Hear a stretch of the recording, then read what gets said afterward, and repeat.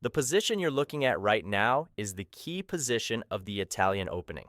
Chances are it was the very first opening you learned in your chess journey, and it's the most popular opening in history. That said, I promise you're going to learn something new in this video. Let me show you 10 ways to win in the Italian opening. In this position, your opponent has two main choices. They'll either play bishop to c5, transitioning into the giuoco piano, or knight to f6, which leads to the two knights defense.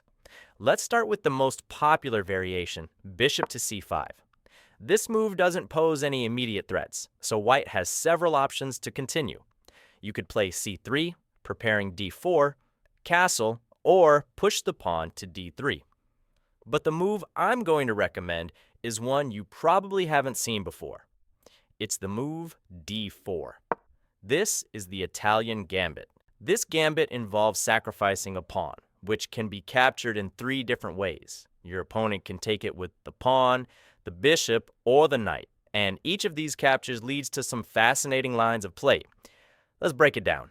Capturing with the pawn is easily the riskiest option for black, because now we can play c3, offering a second pawn. If they ignore this offer, we'll simply recapture on d4 and establish two strong central pawns. The most common response, however, is actually taking the pawn, which is already a mistake, because we have the sequence bishop takes f7, king takes f7, and queen to d5 with check. This allows us to recover the material we sacrificed while also stripping black of their right to castle. At this point, they might play king to e8 or king to d8, and we'll capture the bishop, putting ourselves on the path to victory. If instead of taking with the pawn, your opponent captures with the knight, they'll leave their e5 pawn undefended, which we'll happily take with our knight. At this point, black has to deal with the double threat we're posing to the f-pawn.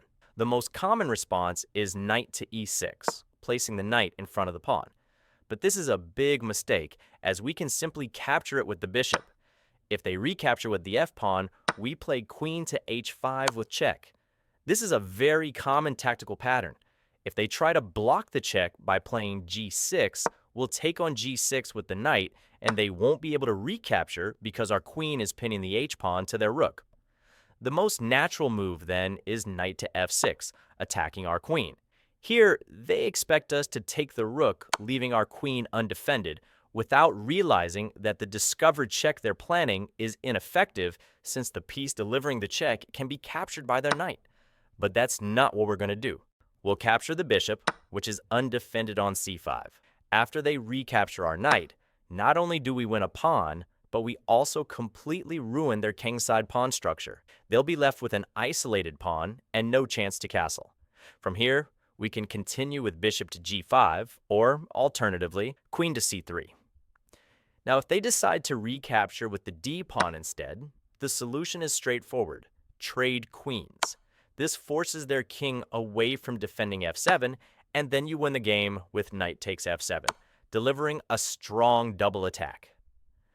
Another common way for your opponent to defend against the double threat on f7 is by playing queen to f6, aiming to generate counterplay. By allowing the capture on f7, they're hoping to follow up with a move like knight to e6, blocking the check while creating threats of their own. But don't worry, this is just a trap. Simply capture with the bishop, and your position becomes overwhelmingly strong. We can also retreat the knight to d3, allowing the exchange of bishops. If they take our bishop, we'll take theirs, eliminating any threats they might have had, securing a pawn advantage, and ensuring they can't castle. Enjoying the video so far? If you are, please hit the like button so I can keep bringing you high-quality, free content here on YouTube. Capturing with the bishop is the best move for black in this scenario. We'll recapture the bishop, and in return for the pawn, we'll gain a highly active position. From here, we can castle and start destabilizing black's position by playing f4, for example, to challenge the e5 pawn. If they play knight to f6, our response is f4. They can't take the pawn because the knight will be left undefended. They also can't capture the e4 pawn, as we take on e5 and then win the f7 pawn. If the knight retreats, it would still end up undefended. And castling isn't an option either, as we'd capture on e5, putting both of their knights under threat again.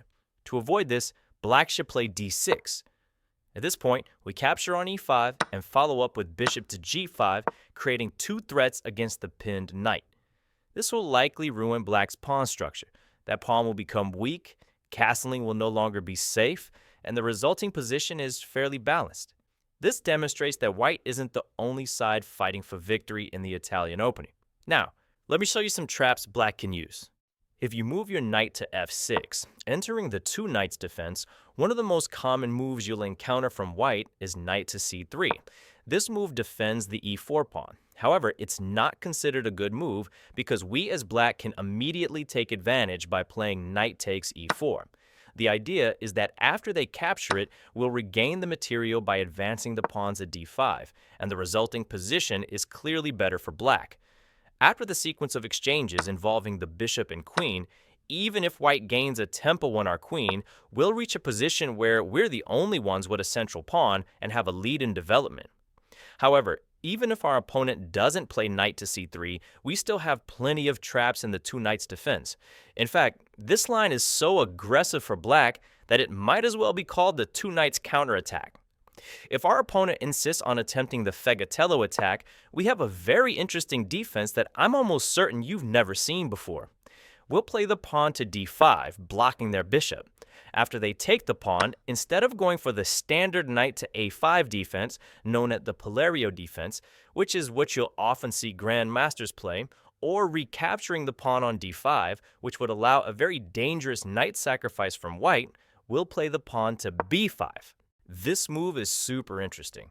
If white takes our knight, which looks undefended, we just take their bishop and the position stays pretty balanced. The downside for white is that their knight will be completely out of play and they'll have to waste time repositioning it. That pawn will eventually fall and we can defend the other one. Now, what if our opponent plays correctly? They could capture the pawn on b5 and pin a piece, which at first looks like a big problem for us. But actually, that's not the case. We open the b file, letting our bishop develop to b7, and then we take the pawn on d5. After trading the bishop for the knight, we can use that diagonal to launch a strong attack.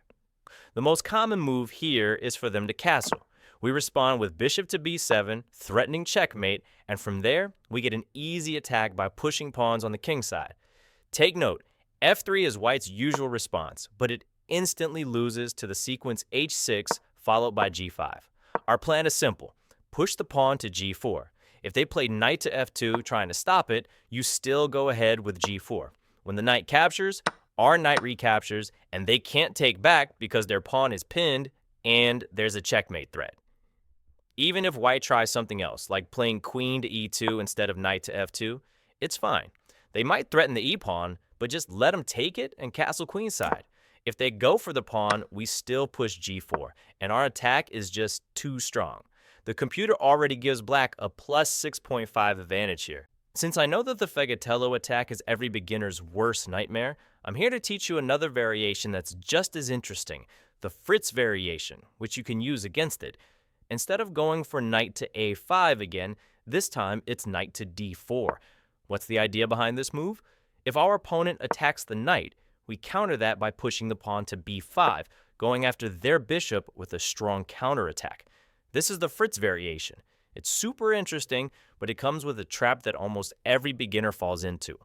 White players are often greedy and think they can still make the attack on f7 work even after playing the pawn to d6.